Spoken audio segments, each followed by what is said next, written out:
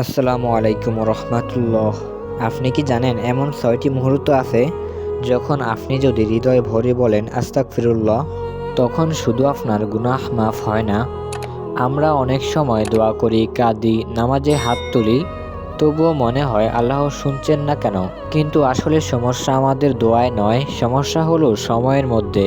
কারণ কিছু সময় এমন আছে, ওই সময়গুলোতে আল্লাহ বলেন, বান্দা আমার কাছ থেকে যাই চাইবে আমি তাকে তাই দিব।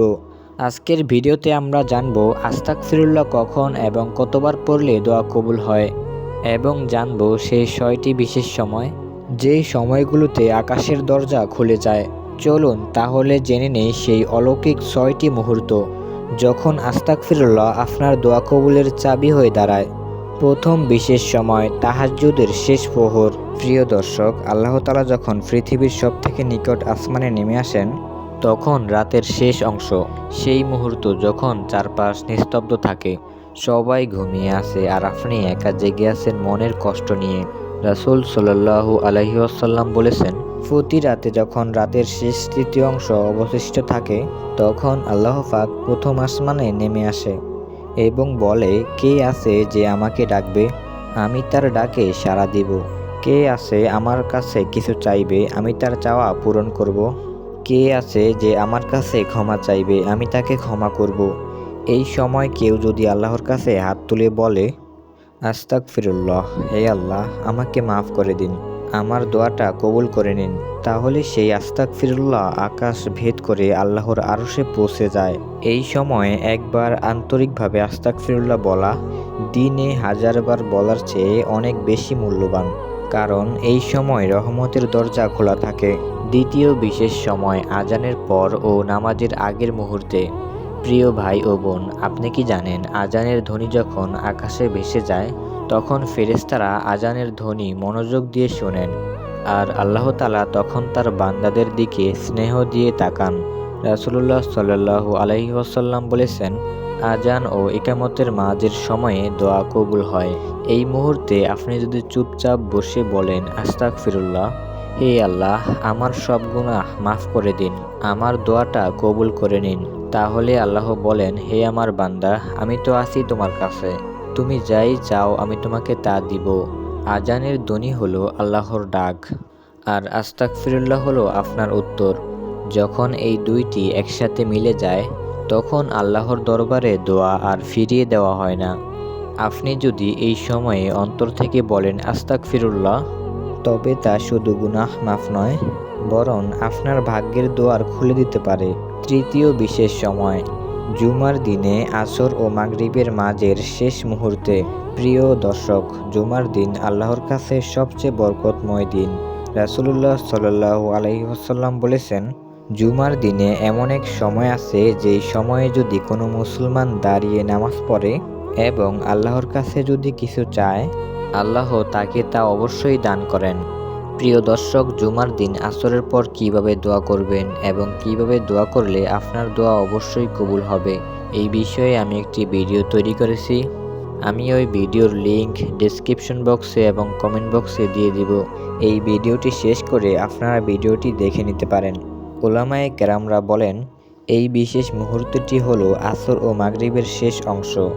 এই সময় আপনি যদি মন ভরে চোখে পানি নিয়ে বলেন, আস্তাগফিরুল্লাহ, হে আল্লাহ আমি আপনার কাছে ক্ষমা চাই, আমার সব দোয়া কবুল করে নিন, এই মুহূর্তে দোয়া ফিরানো হয় না, কারণ এটি এমন এক সময় যখন রহমতের দরজা পুরোপুরি খোলা থাকে।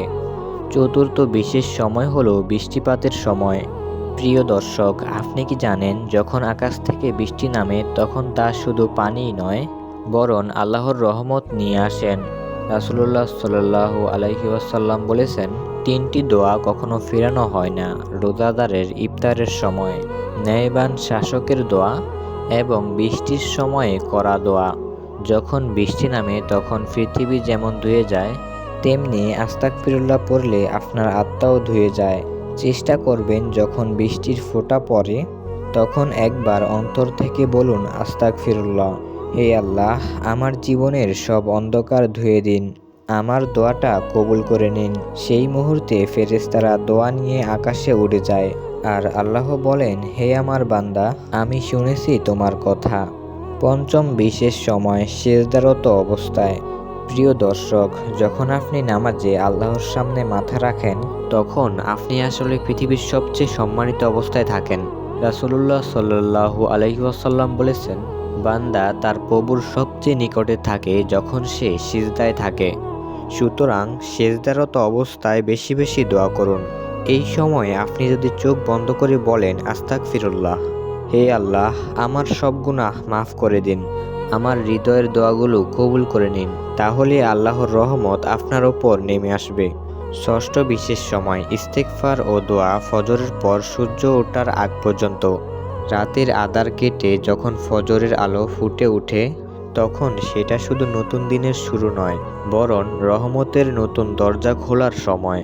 আল্লাহ তাআলা কোরআনে বলেন, তারা রাত্রির শেষ প্রহরে ক্ষমা প্রার্থনা করে। এই সময় আল্লাহ নিজে তাদের প্রশংসা করেন। যারা ফজরের পর কিছুক্ষণ বসে তাসবিহ, জিকির ও ইস্তিগফার করে, যখন আপনি নামাজ শেষে শান্ত মনে বসে বলেন আস্তাগফিরুল্লাহ, আস্তাগফিরুল্লাহ, আস্তাগফিরুল্লাহ, তখন ফেরেশতারা আপনার প্রতিটি উচ্চারণ লিখে রাখেন। আর আল্লাহ বলেন, হে আমার বান্দা, আমি তোমার নতুন দিনকে বরকতময় করে দিলাম। যেই ব্যক্তি সূর্য ওঠার আগেই ইস্তেগফার করে, আল্লাহ তাকে অপমানিত করেন না, বরং তার জীবনকে আলোর মতো পরিশুদ্ধ করে দেন।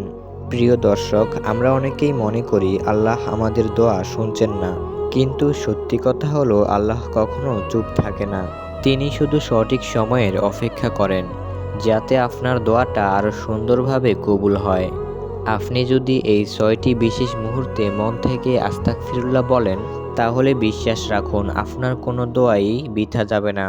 প্রিয় ভাই ও বোনেরা, আমরা সুযোগ পেলেই আল্লাহর কাছে দোয়া করব, কারণ কোন সময় আমাদের দোয়া কবুল হয়ে যায় তা আমরা জানি না, এবং সদা সর্বদা আল্লাহর হুকুম পালন করার চেষ্টা করব। আল্লাহ আমাদের সকলের মনের দোয়াগুলো কবুল করুক এবং আমাদেরকে সঠিক পথে পরিচালিত করুক। আমিন। প্রিয় ভাই ও বোনেরা, ভিডিওটি ভালো লাগলে লাইক দিন। নতুন নতুন ইসলামিক কন্টেন্ট পেতে আমাদের চ্যানেলটি সাবস্ক্রাইব করে রাখুন। বেঁচে থাকলে দেখা হবে আবার পরবর্তী ভিডিওতে ইনশাল্লাহ।